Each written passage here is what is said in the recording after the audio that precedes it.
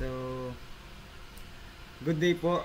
Today, ipapakita po ng group namin yung aming Python project, which is yung tinatawag namin na ECTRAC or the Production Line Monitoring System. So, itong system na ito is tumutulong siya para ma-record at ma-analyze yung mga production data namin sa araw-araw. Galing sa tatlong shift, especially sa morning, afternoon, at sa night. Tinatrack din ito yung mga importanteng information tulad ng output, defective products, runtime, downtime, at kinukuha din ito yung ating overall equipment effectiveness o yung OOE.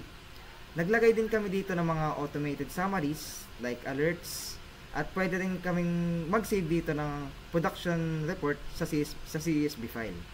So, sa presentation na to, ipapakita namin sa inyo kung paano gumagana yung bawat parts ng code namin at kung paano yung sistema mula sa pag-i-input hanggang sa final reporting.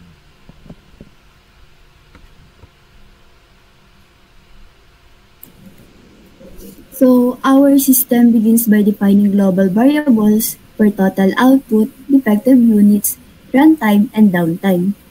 Tapos, gumawa kami ng multiple functions para makapag-input ng data para sa bawat shift for morning, afternoon, and night shift.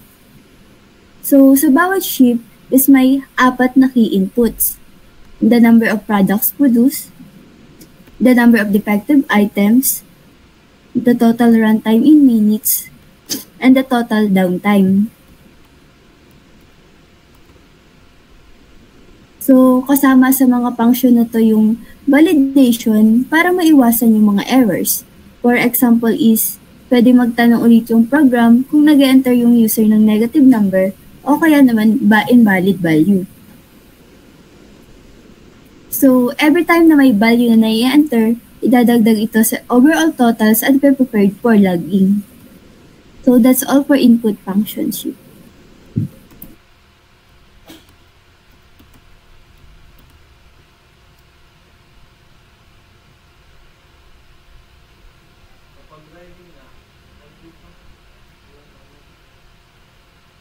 Kapag ready na yung mga input functions, gagamit naman tayo ng isa pang function na tinatawag na log shift na nagre-record ng data para sa isang shift. Ini-store nito yung shift information kasama yung mga production numbers sa isang pandas data frame na tinatawag na production log. Meron din kaming function na tinatawag na log full day na automatic na naglalag ng lahat ng tatlong shifts para sa isang buong araw. Sunod, nag-implement kami ng function para i-calculate yung OEE. Kinakwenta nito yung availability, performance, quality at yung final OEE score. Tinitignan ng formula yung produced units, defective counts, runtime at downtime. Tapos kinakalkula lahat ng percentage values na kailangan para sa analysis.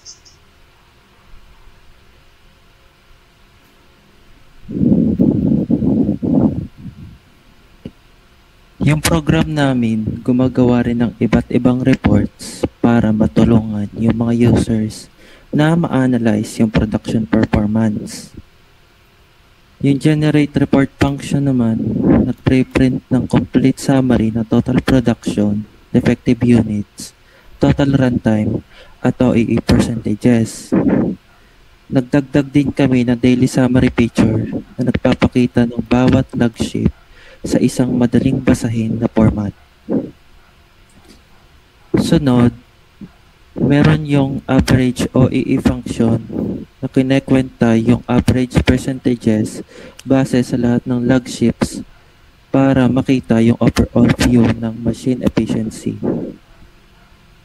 Panghuli, kasama sa system yung alerts na nagwa-warn sa users kung yung defective rates ay lumagpas ng 10% o kaya kung masyadong mataas na yung downtime. At para masave yung data ng permanente, nagdagdag kami ng function na nag-export ng lahat ng logs sa isang CSV file.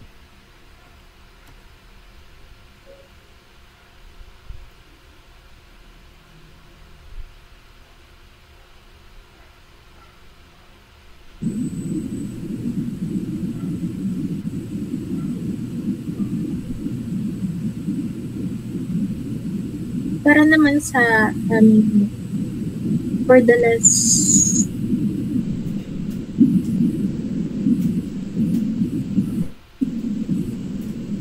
na, ang ano naman, sa coding naman namin ay para madaling gamitin yung system.